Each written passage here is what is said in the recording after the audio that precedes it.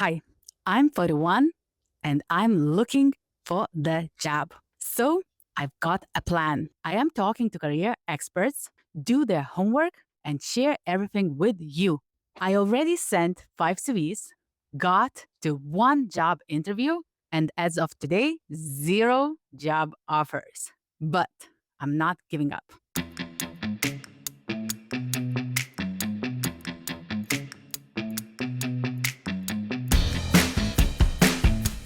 In episode 1, I figured out what I want from the job. In episode 2, recruiter helped me to fix my CV. In episode 3, I'm talking to personal branding expert. She told me why do I need personal brand while looking for the job. Also, she revealed how to build personal brand and looked into my LinkedIn profile and gave me advice how to fix it. So now I'm gonna go and do my homework to start building my personal brand. And I invite you to go with me. First of all, let's listen what Dominika gave us as a homework. What homework would you give us? So for sure, it would be like those 10 elements and those 10 questions to think about, because this is the foundation. But also one homework is the part where you ask other people what perception they have on you. What are the professional keywords that you identify me with? Because it's also important to get that insight, not only from the people who know you very well, but also from the people who just see you and you have like the so-called parasocial relationship. Homework plan. 1. Build 10C framework. 2. Edit LinkedIn. 3. Job search strategy. Okay, so the first C is challenge and goals. What do I want to achieve while building personal brand, and what are the challenges? Okay, so I'm thinking that, of course, my main first goal is to find the job which I like and love and where I can build my career. So like finding the job is not only about finding the job in this one particular segment, like finding the main income job, but it's also finding job like public speaker, finding job maybe as a contractor, maybe as a freelancer. Yeah, so that could be my main goal. And the challenge for this could be that to get the job is that I have to prove that I'm good at what I'm doing. Should I look more for challenges, or my main challenge is to prove my competences? Show achievements. Interesting thing, by the way. One follower wrote and said that usually in the small country, everyone knows everyone. So she said that maybe it's better to show your achievements in silence than bragging on LinkedIn. And then I questioned her, what do you mean cheaply bragging? She said like saying, oh, I did that, I received this diploma.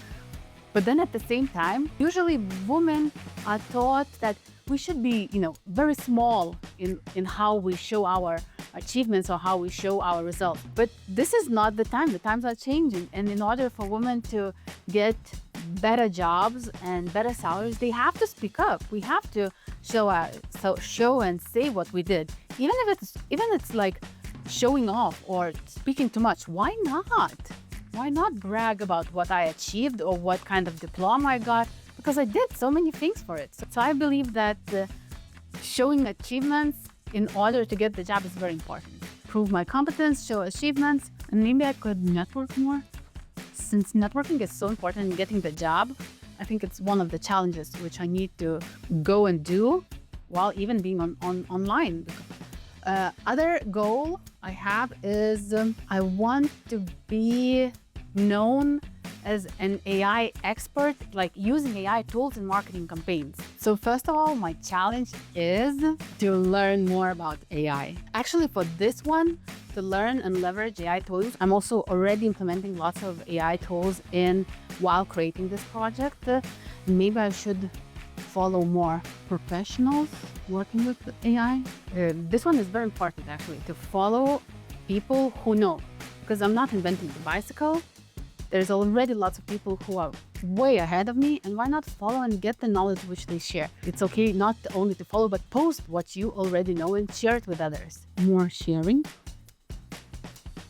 Ow. Oh, I shouldn't do that. Okay, and the third goal is very clear. I want to empower other women to find jobs they want. I want to share my knowledge, share my experience, share my skills. So basically, I want to become a mentor. Yeah, so this project I even did with the goal in mind to target women who are looking for the job. It's just the statistics so far are not very friendly to us. If you haven't read All Invisible Women, very much recommending. So the challenge is I would like to grow my LinkedIn profile that it was so big so that I could share women who are looking for the job posts. Let's say you are looking for the job and you're saying, Gedra, I know I'm looking for the job. Can you post it on your wall? Sure, of course. Bring it on. So this is what I would like to build for sure. So that my profile would be open for recruiters and women who are looking for the job so they could find each other, I would love to have this. So challenge and goals, done. Second one, who are people who I'm talking to? Recruiters, marketing specialists, and then women looking for the job. Do you think I should make it more narrow? Because I believe that, not I believe, but the wider the audience, the harder it is to reach them. It's like throwing a stone into the ocean, trying to kill the fish. It's better to have a small pond where there's lots of fishes and I just take one. Number 3 is character. Dominika, what is that Character, right? So the character, it's you. What are the keywords? Like, let's say 2, 3, 4 keywords about you that other people should get when they see you on social media. Okay, so character is keywords, 2, 3. AI tools expert in marketing. I would like people to have this in mind, like top of the mind.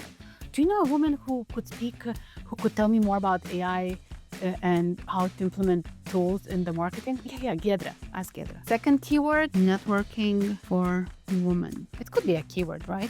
Like, are you looking for a job? Go ask Gedra to post your position on her profile. That would be a nice keyword. And the third keyword could be, okay, let's do content specialist and public speaker. Okay, so these are the keywords I would like to be known for. So basically, to prove my credibility about all these things, I have to brag about myself. 5C is channel. So for sure, LinkedIn, Instagram, dedicated solely on these purposes. There could be also offline, could be conferences. Yeah, networking events. I need to apply to go more to networking events such as networking for women, especially since I live in Portugal. They have lots of expats events. So I could check for them and also could ask and check on LinkedIn if there's networking events just happening here. Okay, I'll do a break here.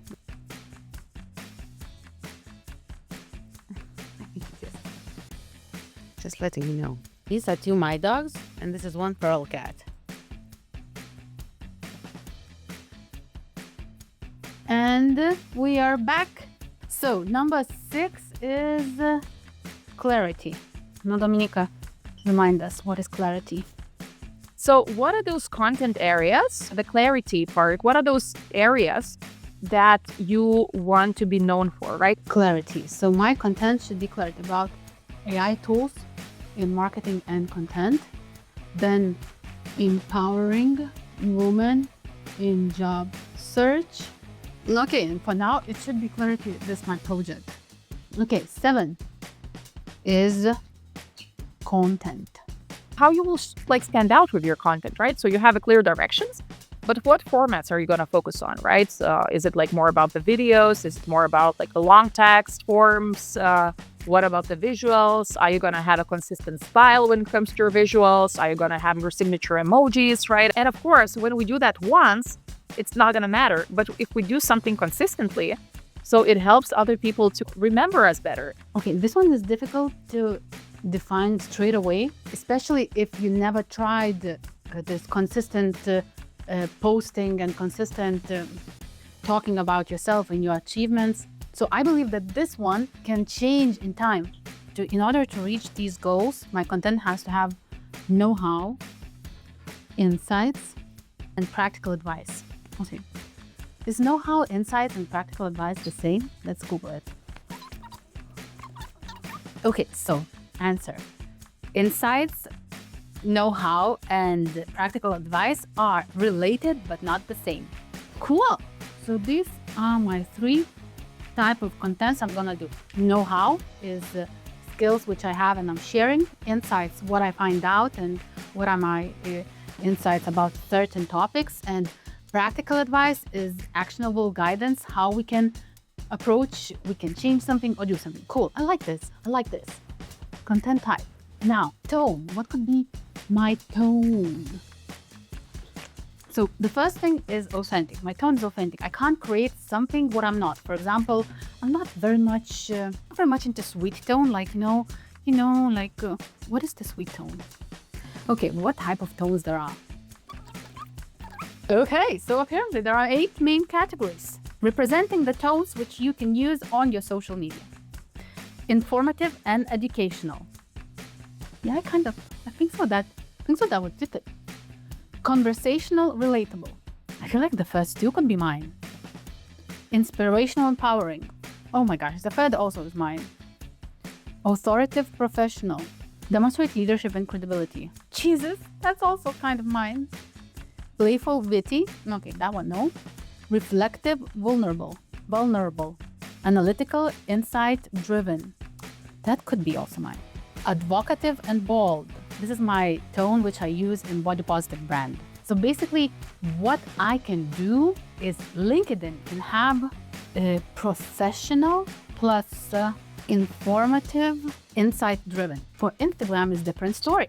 This is where I could take the empowering part for the woman, and it could be like conversational, relatable, plus empowering, and now visual ID. So for visual ID, I for sure will take ChatGPT help to ask me questions and give me insights how I could visually be more outstanding. Consistency, that's a very good question. So this is what I noticed, that it's very easy to say like 2-3 times per week. And it's even easy to do it during the first couple of weeks. But to keep on with this consistency, it's become harder later on. So let's do 2 parts. So one part is before getting the job, 3 times per week. And after, when I get the job, once a week. So then it will be 3-4 times per month.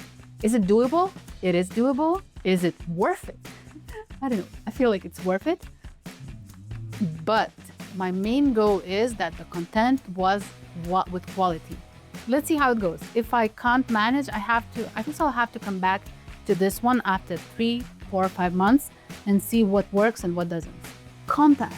Who are the people that are going to help you boost your personal brand? In your case, who are the people that are going to write your recommendation letters? All the guest speakers are saying, go ask for recommendations. I don't have even people whom to ask for recommendations anymore. Maybe, okay, I'll ask recommendations from Dominika, actually. I can ask from Dominika because I did I found her, I asked her to participate in podcast, I organized the podcast, and also she checked my LinkedIn profile also. Follow a bit further, we'll see what Dominika said about my LinkedIn profile. So, and 10, confirmation. So what's going to show me that my efforts that I'm putting into this are going to work out? So I feel like getting the job and doing this project and posting everything on my knowledge on LinkedIn, the small goal would be that, or confirmation that I'm doing it right, is for recruiters come towards me, as I already had this experience where a couple of recruiters come towards me and ask if I'm interested in this open job position. Also, when increasing engagement on my posts. Okay, now I have very low. Now I have like a couple likes at best. Like, let's increase the likes up to 20, 50 per post. Oh, that would be amazing, right? Woman approaching me, growing followers, growing newsletter. Because this is the newsletter is now I'm talking about the project, what I'm learning from the project, but later on I feel like the newsletter will be more about my involvement in using AI tools and automation. Okay, so 10 steps are done, 10 C's are done. And now let's go and I'll show you what Dominika told me. She took a look in my LinkedIn profile and she said what is good, what is not, what is missing. So maybe it also will be a good inspiration for you also to edit your LinkedIn profile. Let's go.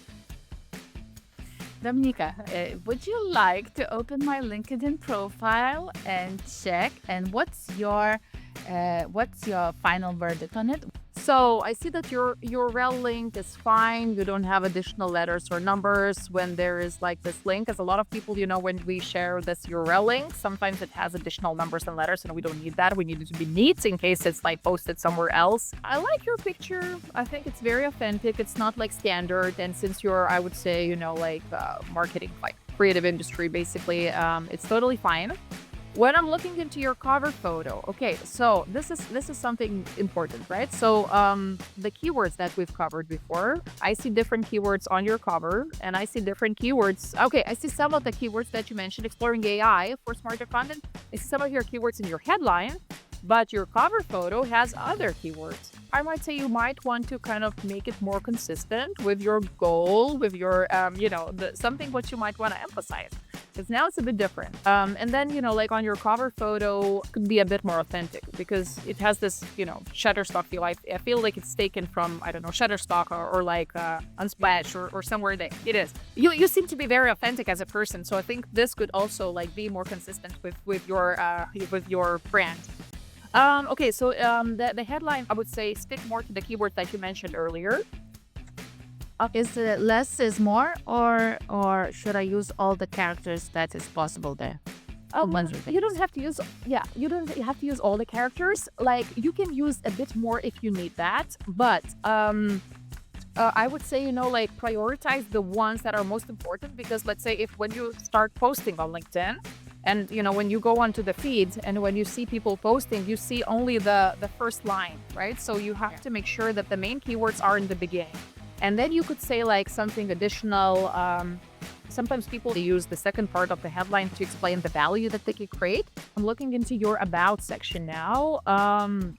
It's pretty good. I like that you have the let's connect part. Like people know how they can connect with you basically. Again, like keywords, right? You may want to start with the keywords, like your about section with the keywords. Also, when it comes to your top skills, so you might also want to use the keywords like the more consistent keywords that you emphasized earlier. Yeah, you've got the featured part. I like that. What you can feature in the featured section, it's also like your posts. If you had your own website, let's say you could feature that. So basically think about the most important things that like should be in the beginning of the featured line. Then if I look into your experience part, for the last positions, you don't have the bullet points like what you did in those positions. So I think you might want to also add the bullet point, if you can show some numbers or, something what you can, how you can increase your credibility, that would be just perfect.